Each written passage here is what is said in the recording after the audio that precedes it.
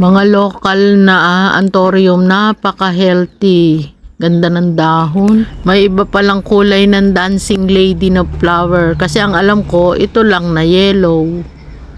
Ang ilang-ilang, pinangaalay dati. Ito po ay dwarf, kaya pwede sa inyo. Mga pang 1 kilong pansit, mga 2 kilong pansit, kalahating baboy. Si Ate Dang ang gumagawa nito. Alam na yung halo. So, ito nga pala si Manaog Kairog.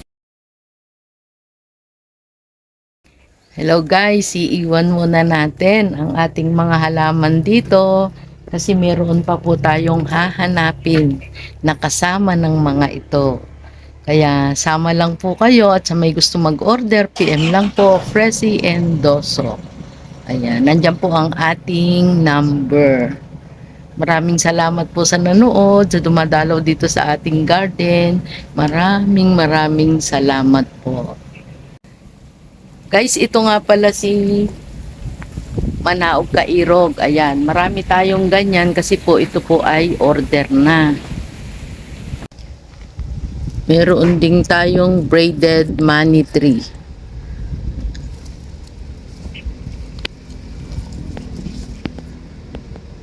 Ito po ang itsura niyan. Ganda ng kulay. Para siyang kakulay ni Song of India na ano. Kaya lang mas light yung kulay ni Song of India. Meron tayo ditong Enjoy.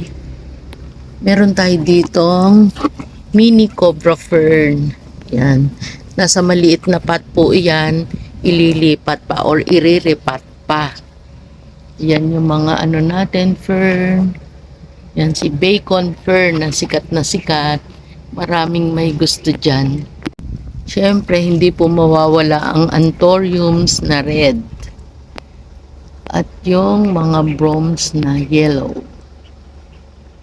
Kung may malaki tayong bacon fern, eto meron din tayong small size. Ayan, kaya kung ano po ang budget, may katapat naman po yon. Ito pag naripat, mabilis na po yung lumaki si cobra fern. Ito naman, yan, Francisisi ang tawag ko dito. May mga anak na yung pinili natin para naman happy ang ating miner. At meron ditong Hoya Kerry Eye.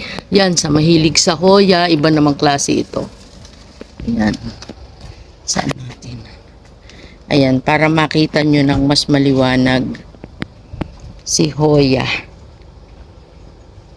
Meron tayong Choco Empress dito. Ayan yung dahon niya, para siyang bronze. Yung kulay. Need pa natin to iripat ng yayamanin pa.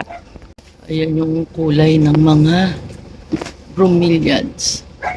Ako, maganda po ito kapag naiayos na. At meron tayong isang, ano tawag dyan?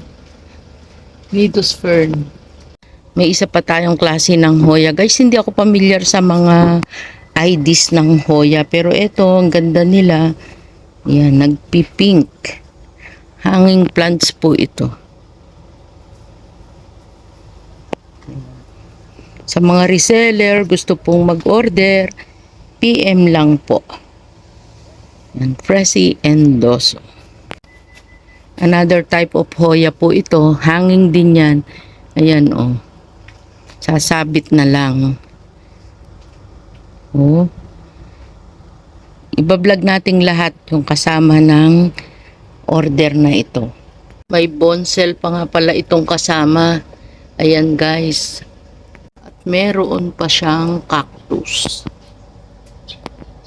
Ayan. 3 size ang available.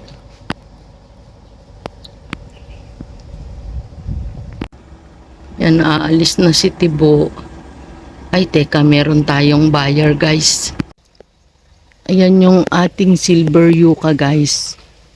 Nakatimba yan. Tapos meron tayong malalaki. Ayan. Baka may naghahanap sa inyo. Dito meron pa yun. Yung mataas. Meron tayo ditong fiddle. Yan, ilang feet na ba yan? Mataas na ito, guys. Yan si fiddle multi-branches. Maganda yan. Papasok tayo dito. Kasi hindi pa tayo nakaayos talaga. Parang wala nang tapos ang ayos.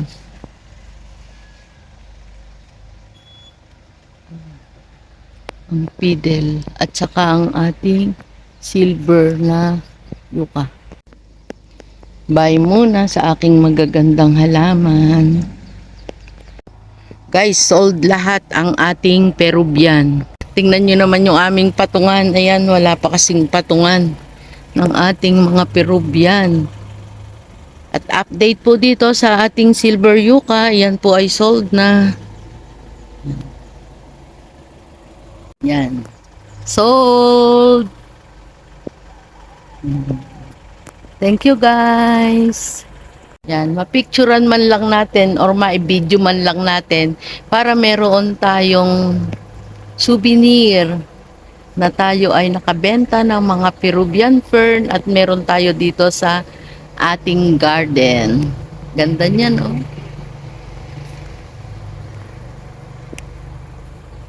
May natumba na naman guys. Ayan, buti dito tayo nakadaan. Yun. May pusa po kasing pumapasok dyan. Minsan dyan sila naglalaro. Lagi nga natutumba yung mga propa ko sa ilalim kasi nasasagasaan nila. Ayan guys, aalis na tayo at si Tibo ay nakasakay na. Nandoon na yon, magre-revolusyon na yon kapag ka siya nakasakay na. O ayan, kita-kita po tayo mamaya sa ating pupuntahan. Shout out Sabrina. Miss ka ni Mama. Hi guys. Guys, so update sa SM dito sa May Santo Domingo or sa May Nubali. Ayan. Yan o, meron ng pangalan SM. Ang lawak pa nito, matagal pa siguro ang tapos. Yan.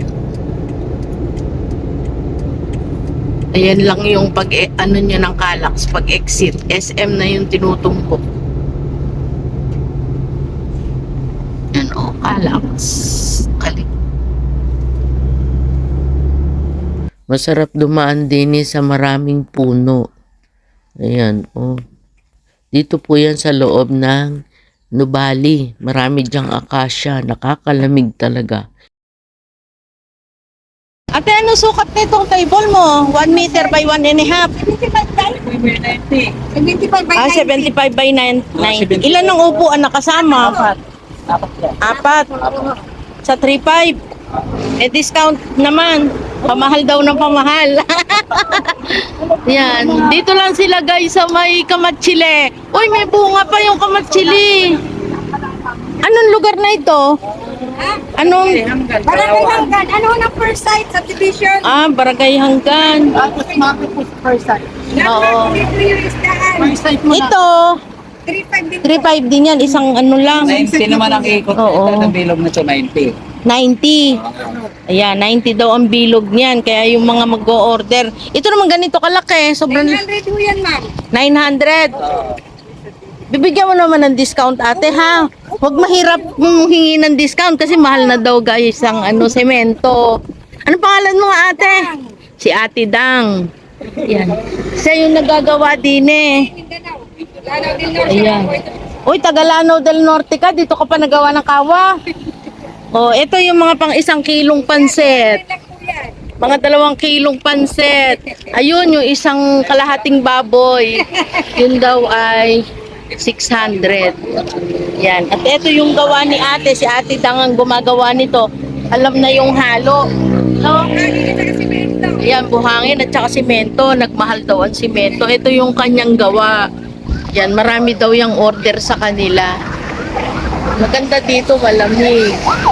Yan guys, daanan nyo naman sila para yung gawa ni ate madagdagan pa, no ate Dang? O shout out mo ang taga inyo. Yung pamilya mo sa Sa Mindanao. sa Mindanao. Sige ate. Basta sa mga kapatid ko sa Mindanao. Nakuma pamilya. Kilala ka pa. Baka hindi ka naman nauwi na. Last year, umuwi ako. Umuwi ka naman. Ilan anak mo ate? 3. Yung isa namatay nung 2022. Diagnose siya sa ang findings nila is kidney, ang kinamatay is cancer. Ah. Mali yung 5. Eh ikaw, okay ka naman. Okay na. Sanay na sa ginagawa mo. God's help.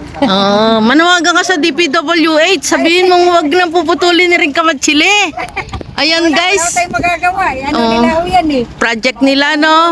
Kasi malilim dito sila naggagawa. Ay guys, tingnan nyo naman, sobrang init. Oh, pero walang traffic. Wala. Pero Wala. inaalis pa rin yung halaman. Ay inaalis ang halaman dito. Ano, parang pag-clear kung ay isang lane pa. Manawagan ka pa habang mahalanggas, huwag huwag namang tanggalin ang halaman. Wala, yung ano talaga. At saka magkano lang halaman. Nagkano lang sila nung nakarang linggo.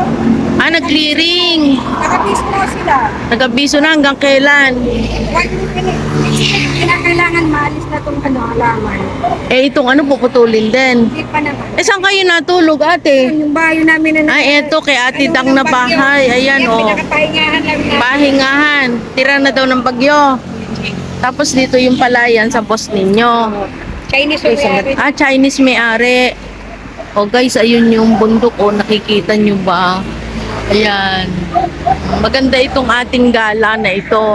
May bunga pa yung kamatsili Ayan, sige. Salamat Ate Dang. Naka-discount tayo kay Ate Dang. Bili na po kayo dito. Hanapin nyo lang si Ate Dang. Ito lang kung kailangan ng table. Tapos ano tawag doon? Kawa lang. Yung kawa na walang butas, pambonsai. Tapos itong kawa na pansitan. Ito, plant rock. Yung ganito kahaba, ano sukat niyan? 1 meter by, 30 by 40 by 1 meter. 30 by 40 by 1 meter, kabisado ni Ate Dang. Wala, ako na Ayan. Oo. Ayan, si Ate Dang. Salamat, ate. Bye-bye. Guys, ayan si Ate Dang ha. Hahanapin nyo, biruin nyo. Siya yung naggagawa ng kawa. Ayan. Huwag na kayong hihingi ng discount. Ako lang kayong dumiscount. Kasi sobrang init dito. Mahal daw ang simento. Mahal ho. Halos Araw-araw ho nataas ang presyo ng semento. Ay, grabe namang hardware yun. Kasi araw-araw ko bumibili, kaya araw-araw tumataas. Talaga, yun ang nila eh. Doon natagkaroon siyempre marami papagaw ng bahay. Dapat may discount na kayo kasi regular kayong Wala bumibili. Koreano may-ari. Koreano may-ari. Hindi mo rin Walang Tagalog. Wala discount. Wala. Kaya tayo, wala discount Wala din. Sige. Salamat Thank ate. you. Bye-bye. More sales. Guys, may nakita akong kakaibang dancing lady. Ayan yung kulay niya. Hindi lang yung kulay dilaw. Yan. 500 daw yung ganito. Uy, may dalawang may bulaklak pa uling isa. Guys, ito yung nagustuhan ko dito. Itong lipstick, Hoya lipstick na red. Ang ganda po. Ang lulusog kasi ng mga dahon. Pero may order sa akin, kaya po ako nakapunta dito. Yan ganda. Tapos nakalagay sila sa clay pot. May malaki-laking clay pot at ayan. Madali lang naman daw pong buhayin yan. Pero hindi ko pa rin nasubukan at gusto kong subukan. Ganda malusog. Yan, napabidyo tuloy ako. Meron din sila ditong, ayan, mga anthurium. Yan po ay yellow na may green sa gilid. Ganda guys niyan Sariling propa lang po ito. Sila lang po yung nagpadami. Kaya nakalagay pa talaga sa clay pot. Yan gaganda ng kulay. Pero hindi po ako bumili kasi wala naman to sa order. O hindi kasama sa order sa akin.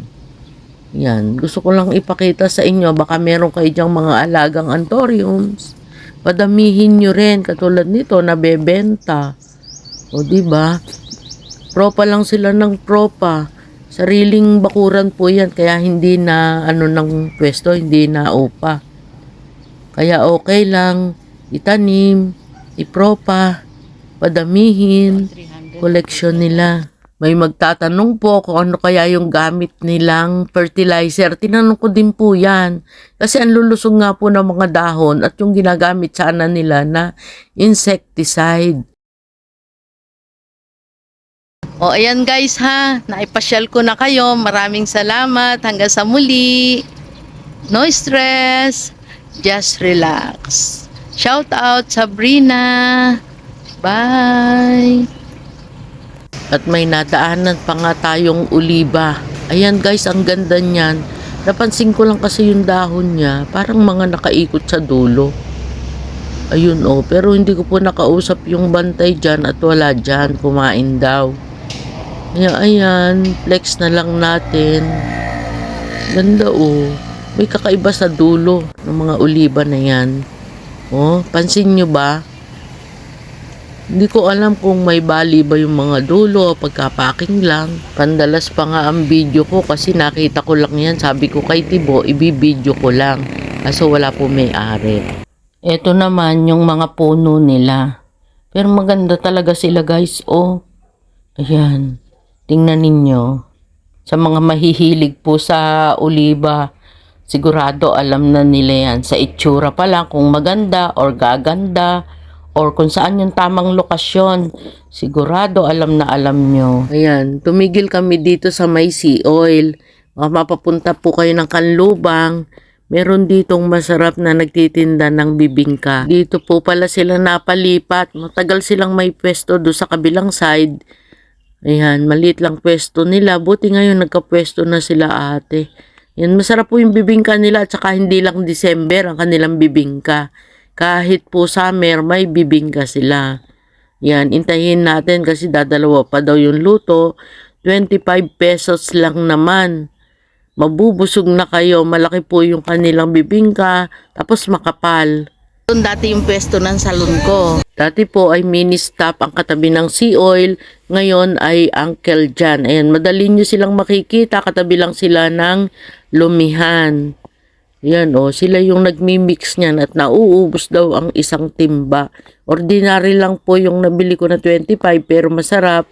Pero meron silang special, kaya lang hindi pa luto. Parang 50 or 40 pesos. Malinis naman yung kanilang timba at kinukuberan talaga nila yan. Sariling mix yan guys. Sila lang yung nagbibibingka dito sa Kanlubang. Yan, tuloy-tuloy po yan. Basta sa hapon lang, mga alas 3. Ako po yung kanilang buena mano, kaya intayin ko na daw. 3 minutes pa yung dalawa para maging 4 yung mabili ko. Okay po, maraming salamat. Naibaba na natin dito sa garden. Ito yung Chinese bamboo na order sa atin. Flex ko na at baka meron ding magkagusto. Ito yung dahon niya. Yan. Tapos mga pino, ito ay 4 feet. Halos 5 feet na nga. Mga nakasidling bag or nursery bag, siksik. Yan, nakikita niyo po yung plastic. Siksik yan. Kaya sa mga nag-iisip mag-landscape, pwede po kayong mag-order, PM lang. Ganda din Yun pa. Ayan guys, hanggang sa susunod na lang po. Maraming salamat. Thank you for watching.